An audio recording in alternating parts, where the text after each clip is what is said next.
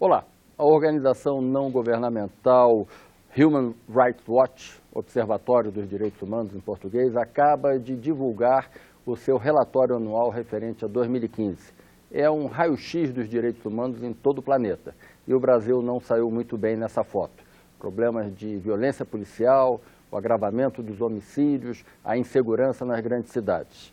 Para analisar esse quadro, o Cidadania recebe hoje o senador Paulo Paim, do PT do Rio Grande do Sul, ele que é o presidente da Comissão de Direitos Humanos do Senado Federal.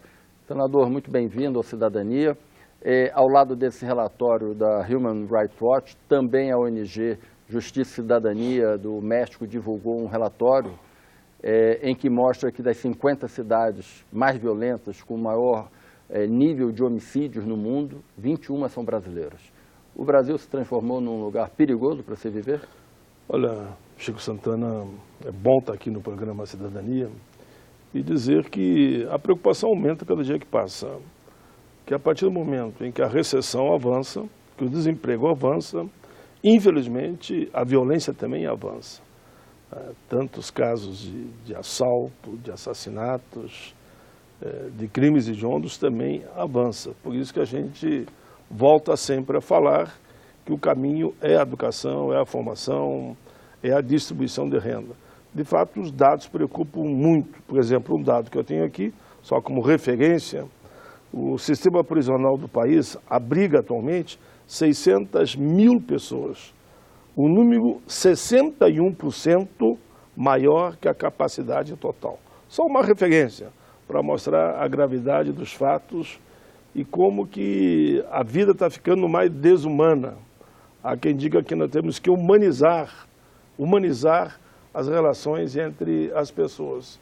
E esses casos que aqui estão levantados, nas mais variadas áreas, além dos que já vem acontecendo, a violência da polícia, a violência que aponta que cada 10 jovens assassinados, 8 são negros, a violência que aponta que principalmente as mulheres são as que mais sofrem com essa forma, infelizmente, truculenta, em que as pessoas são agredidas covardemente, apesar da lei Maria da Penha, diz para nós também no próprio documento a preocupação que eles estão tendo com algumas leis que estão tramitando aqui no próprio Congresso Nacional.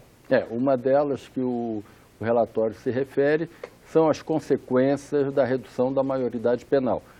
A Câmara dos Deputados já aprovou a redução de 18 para 16, o Senado ainda vai analisar, mas o Senado aprovou uma outra legislação que aumenta de 3 para 10 anos o tempo em que um jovem pode ficar preso, um jovem menor de 18 anos poderá ficar preso. Segundo o relatório, isso vai trazer um agravamento também de superpopulação nos centros que recebem os jovens que cometeram infrações. Esse é o caminho para se combater a violência urbana, agravar as penas ainda mais e reduzir a maioridade? Com certeza não. Veja bem, segundo eu dei esse dado, que os presídios estão com excesso de 61% a mais do seu limite, isso que os jovens não estão indo para a prisão. Calculem onde vamos colocar outros milhares e milhares de jovens se isto acontecer com a aprovação desse projeto também aqui no Senado. Eu acredito que o Senado não votará. Aqui no Senado, sobre esse tema, na Comissão de Direitos Humanos, eu já fiz mais de 20 audiências públicas durante esse ano. Eu saí um trabalho recentemente, eu quero elogiar aqui o tema de comunicação da TV Senado, que mostrou que nós fizemos, só nesse ano, em torno de 150 reuniões entre audiências públicas e sessão deliberativas. E foram ouvidos 600 painelistas, 15 mil pessoas passaram pela comissão. E esse tema que essa agência trata é que predominou todo esse debate, principalmente no campo da violência. E na questão da responsabilidade penal, querer, como eu digo, botar a criança na cadeia, chega a ter um projeto na Câmara dos Deputados que diz que a própria criança, ainda no útero da mãe, eles podem, pela medicina, estudar e ver qual é a tendência dela e, consequentemente, incriminar. Veja que ponto nós chegamos. Não é esse o caminho, é como eu dizia na abertura do programa. Seria a identificação do DNA do crime? Exatamente isso. Foi o que o autor do projeto, que eu não quero nem guardar o nome dele, nem lembro o nome dele, espero que esse projeto seja retirado rapidamente de circulação, argumentou. Aqui no Senado, em todas as audiências que eu participei, tanto na Comissão de Justiça, na CCJ, como na Comissão de Direitos Humanos, foi quase que unanimidade dos painelistas.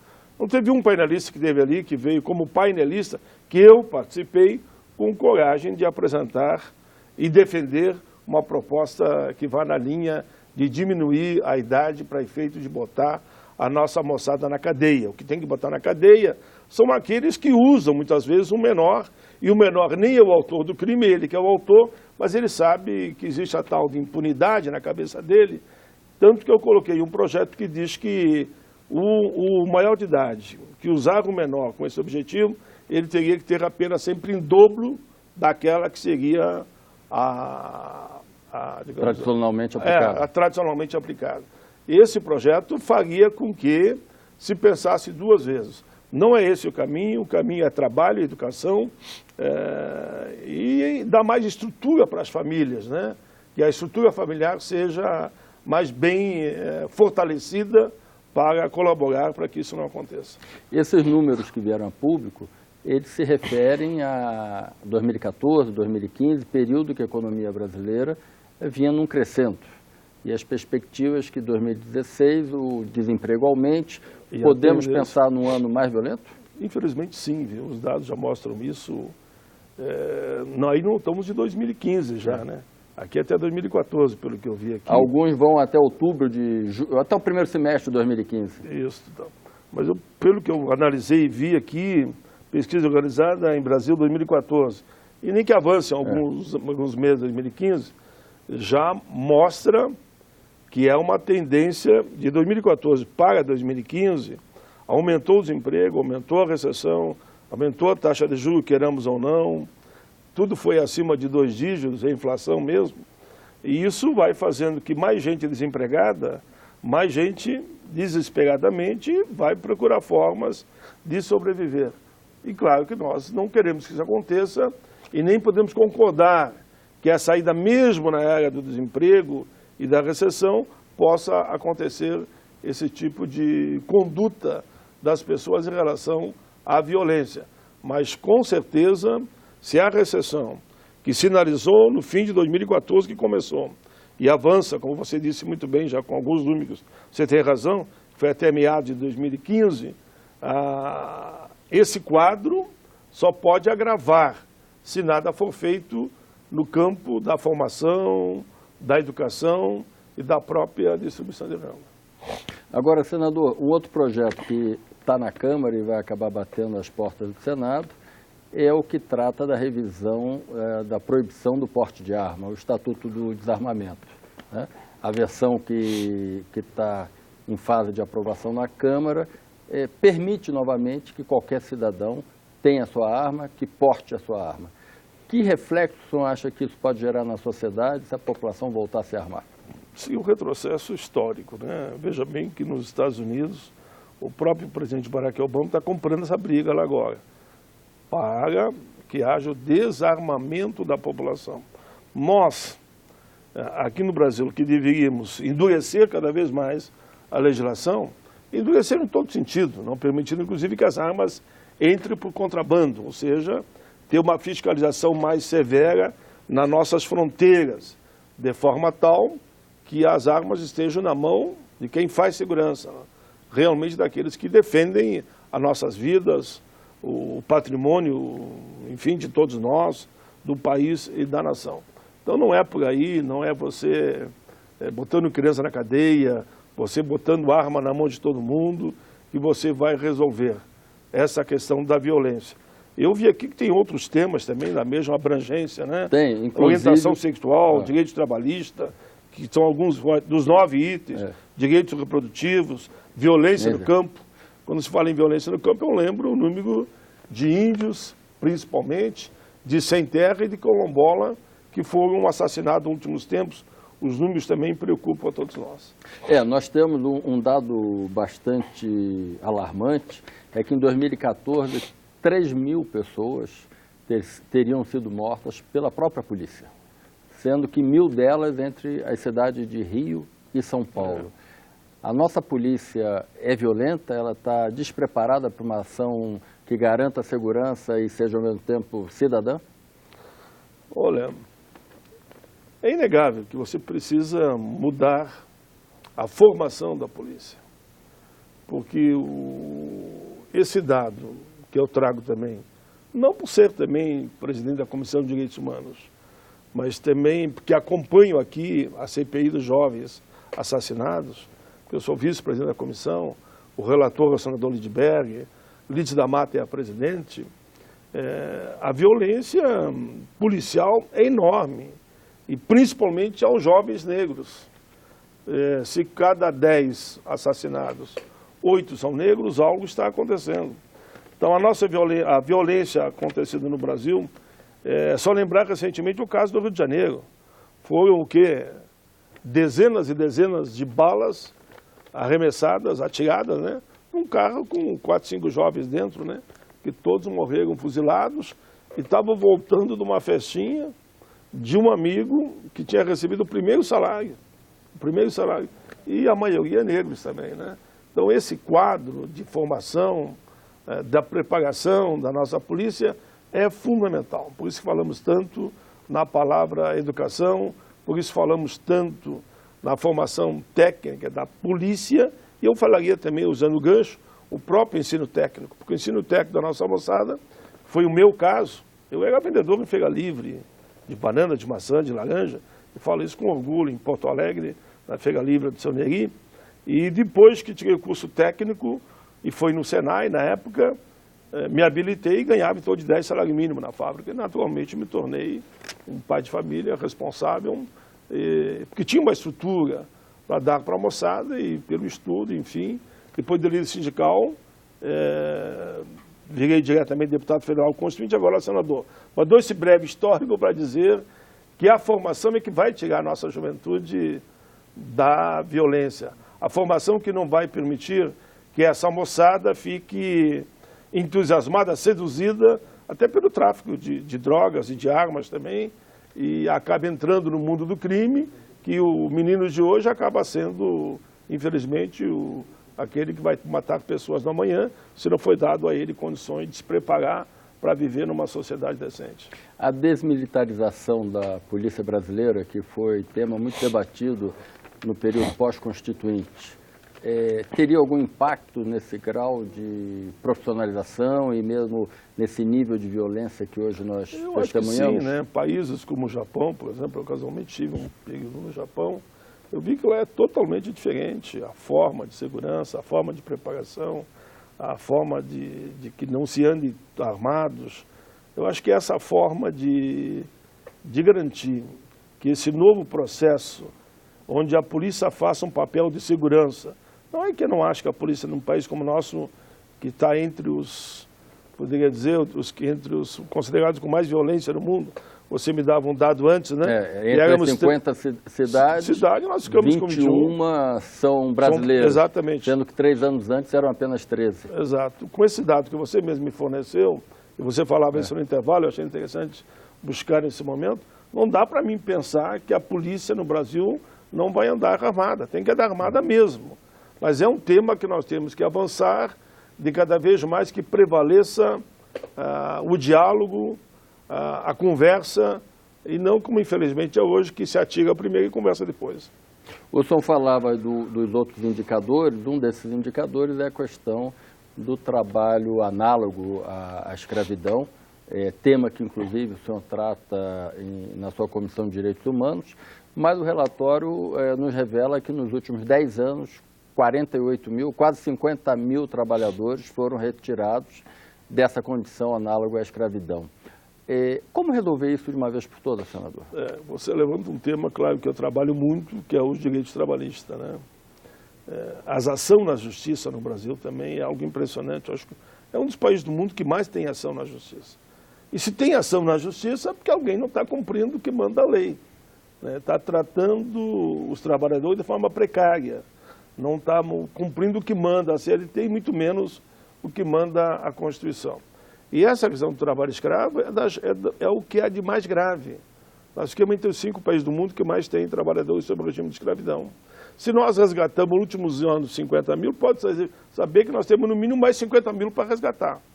Porque as denúncias que chegam à comissão e a dificuldade que nós temos aqui e que tivemos para aprovar a PEC contra o trabalho escravo, onde a PEC contra o trabalho escravo dizia simplesmente o seguinte: em terras ou propriedades, mesmo na cidade, empresas onde foi encontrado trabalhadores sob o regime de escravidão, o proprietário perde o seu patrimônio, perde o seu capital.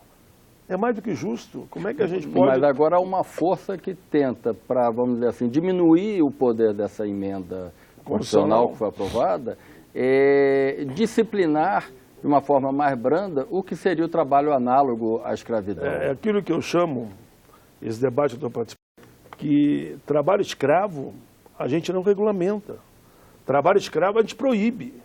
E a forma que está sendo conduzida, infelizmente, aqui no Congresso, esse debate, que já fez com que eu realizasse audiências nos estados, acho que realizei no total, eu falava na abertura, foram mais de 20 reuniões, e estamos realizando outra aqui, temos trazendo inclusive o Prêmio Nobel da Paz, temos trazendo os artistas e atores que se empenharam aí naquilo que eu chamo de humanizar a vida e a política e as leis, que vão vir também, já vieram e vão continuar vindo aqui no Senado, para não permitir que essa redação que está sendo dada seja aprovada, porque ali você regulamenta o trabalho escravo.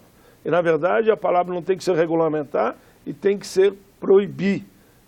Nessas audiências que estou realizando, e outras que vou realizar com certeza, e quero realizar uma audiência que será um debate de comissão temática no plenário do Senado, para que a gente traga não só o ganhador do Prêmio Nobel da Paz, que virá na minha audiência da Comissão de Direitos Humanos, como também no plenário do Senado, com a presença de especialistas, estudiosos de outros países que estão dispostos a vir ao Brasil participar desse debate, para não permitir que essa dita regulamentação seja aprovada nos moldes que está e que a gente dê mais estrutura. Nesse país é lamentável a falta de estrutura dos chamados fiscais, do trabalho, dos auditores. Tem dados que mostram, é impressionante isso, se nós tivéssemos mais estrutura para os fiscais que atuam nessa área, com certeza nós praticamente poderíamos eliminar o número de trabalhadores sob escravidão. Eliminar totalmente, eu digo que não, porque é quase impossível, né? É que nem a corrupção. A corrupção a gente pode diminuir muito, mas eliminar totalmente é quase que impossível. Impor o trabalho escravo também é uma forma de corrupção. É uma forma de corrupção, exatamente, porque está deixando de pagar tudo aquilo que deve pagar, inclusive para o município, para o Estado, para a União, e ainda pega o trabalhador para trabalhar de graça para ele, porque é praticamente de graça, e por isso que eu acho mais do que justo que tem que perder mesmo a sua propriedade, aquele que mantém trabalhadores sobre o regime de escravidão. Mas, enfim, com esse movimento todo que estamos fazendo, e com esse relatório também, que trata claramente aqui, isso aqui é lá do relatório, direito trabalhista, e aqui fala exatamente na questão do trabalho escravo. E esse dado que você levantou aí, né, que inclui, que segundo o qual 48 mil casos de trabalhadores foram resgatados que estavam sob o regime de escravidão. Agora, o senhor acha, a gente sabe que na Câmara a chamada bancada ruralista, que defende os interesses dos empresários do campo, é forte, e essa proposta que hoje está no Senado, ela chegou de uma forma muito mais flexível, né? O senhor acha que no Senado a composição das forças políticas vai ter condições de garantir que seja efetivamente garantido o objetivo da emenda constitucional? Eu sou um otimista nesse aspecto. Me lembro quando nós aqui trabalhávamos, e não fui o relator não, porque tenho mais de 1000 projetos apresentados, mais de uma centena fui relator, quase todos os projetos que eu apresentei na minha vida pública, de relevantes, se transformaram em lei. Esse projeto, se não me engano, foi do ex-senador José Neri, não é isso? Isso, do José Neri, parceirão nosso aqui. e que chegamos aí nesse ponto de forma positiva, digo a emenda. Embora o pessimismo de muitos, eu estou participando da mobilização e da pressão. Eu lembro da PEC e depois o ajuste que fizemos no trabalho das empregadas domésticas. Todo mundo dizia que nós estávamos flexibilizando demais. Eu fui duro sempre no debate, mas acreditava no entendimento. E chegamos no entendimento. Hoje, se perguntar para as empregadas domésticas, elas vão dizer que a lei está boa. Não é uma lei excelente, mas é uma lei boa no que tange aos interesses das empregadas domésticas. Na questão do trabalho escravo, nós temos que continuar esse debate, não aprovar essa dita regulamentação na correria, como querem alguns, e buscando um grande entendimento que não, digamos, não vá interagir de forma tal que alguma confusão na redação possa permitir que alguém perca a sua propriedade, isso ninguém quer, e o camarada não tenha trabalhado sob o regime de escravidão, porque há também injustiças, né? Então a redação tem que ser muito clara para aquele que tiver efetivamente trabalhadores sobre essa situação de trabalho escravo, perca sim a propriedade, mas que não se faça nenhuma injustiça. Estamos trabalhando nesse sentido, por isso teremos tantas audiências quantas forem necessárias, de forma tal de que a lei seja clara, transparente e proíba o trabalho escravo. Senador, liberdade de expressão é um dos pilares de toda a democracia, de todo da base dos direitos humanos. E o relatório traz duas preocupações. Primeiro, a morte de 7 jornalistas em 2015, isso até meados do ano, né? Segundo o relatório, eram profissionais que estavam denunciando corrupção no poder público, fosse ele municipal, estadual ou federal. E também a segunda preocupação, que se refere à liberdade de expressão do cidadão comum em geral, que são as regras estabelecidas pelo Estatuto de Combate ao Terrorismo, né? Que, segundo a organização Human Rights Watch, dependendo da forma como elas forem lidas, poderá penalizar e criminalizar movimentos sociais, manifestações públicas. O senhor tem essa mesma concordância? O termo que eles usam aqui no relatório, correto, né, ele diz o seguinte: contém termos excessivamente genéricos e linguagem vaga, aí que poderá ser usado para processar e criminalizar manifestantes e membros dos movimentos sociais. Eu tenho, de fato, essa preocupação. Já fizemos esse debate aqui diversas vezes, a preocupação é constante, que na desculpa de combater o terrorismo, que ninguém quer terrorismo, né?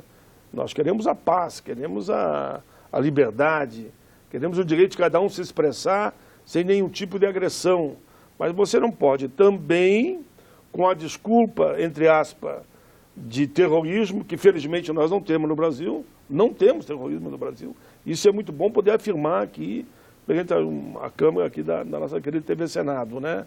Agora, não pode, com a desculpa de proteger, fizeram esse discurso durante a Copa. Não houve nada na Copa. Não houve nada, não. Houve aquele 7-1 que eu não engoli até hoje. Aquele foi o ato mais terrorista. Aquele foi o ato mais terrorista que eu vi. 7-1. E algum desvio de conduta na corrupção e da construção de alguns estádios. Isso sim é terrorismo. É corrupção. Aquele 7-1 foi um desastre, de fato, grave para todos nós. Isso é para descontrair um tema pesado como esse nosso aqui. Mas agora, com a desculpa que o terrorismo pode chegar aqui, tu começar a fazer leis que vão criminalizar quem? Criminalizar os sindicatos, vão criminalizar os estudantes, vão criminalizar o sem-teto, o sem-terra, vão criminalizar aqueles que lutam, se mobilizam urbana, e pressionam para melhorar a qualidade de vida de todos nós. Então é isso que nós não queremos. E por isso que aqui também eles fazem esse alerta e falam liberdade de expressão e até de associação. Quanto à questão dos jornalistas, eu tenho acompanhado e fizemos também diversas audiências nesse sentido, é de fato lamentável, da maior gravidade. Eu sempre fiquei e vou continuar ficando ao lado dos jornalistas. Aconteceu aqui no Rio de Janeiro, né? Um cinegrafista foi assassinado num daqueles episódios de manifestação de rua. O jornalista, o cinegrafista, o radialista, enfim, o homem de comunicação tem todo o direito de cobrir todo e qualquer evento e deixar que a população analise e tire as suas conclusões mediante aquela manifestação. Isto é uma coisa, a liberdade de produzir, de comunicar, de averiguar, até como é que chama? De denunciar. Investigativo. De denunciar, é isso. Bom, culpado, culpado, inocente, inocente. Entre isso e aceitar que com a desculpa do terrorismo e com uma certa violência você permitir a criminalização dos movimentos, é uma enorme distância. Nós temos que garantir a liberdade e o direito de cada profissional de comunicação exercer o seu trabalho, a sua atuação e até de investigar, como foi dito aqui. Senador, muito obrigado pela sua presença aqui no Cidadania. Esse foi o senador Paulo Paim, ele que é o presidente da Comissão de Direitos Humanos do Senado Federal, que veio analisar aqui com a gente o relatório da organização internacional Human Rights Watch, o Observador dos Direitos Humanos. Se você quiser comentar essa entrevista, telefone para nós 0800 61 2211, a ligação é gratuita. Ou então entre na nossa página na internet www.senado.leg.br/TV. Até um próximo encontro.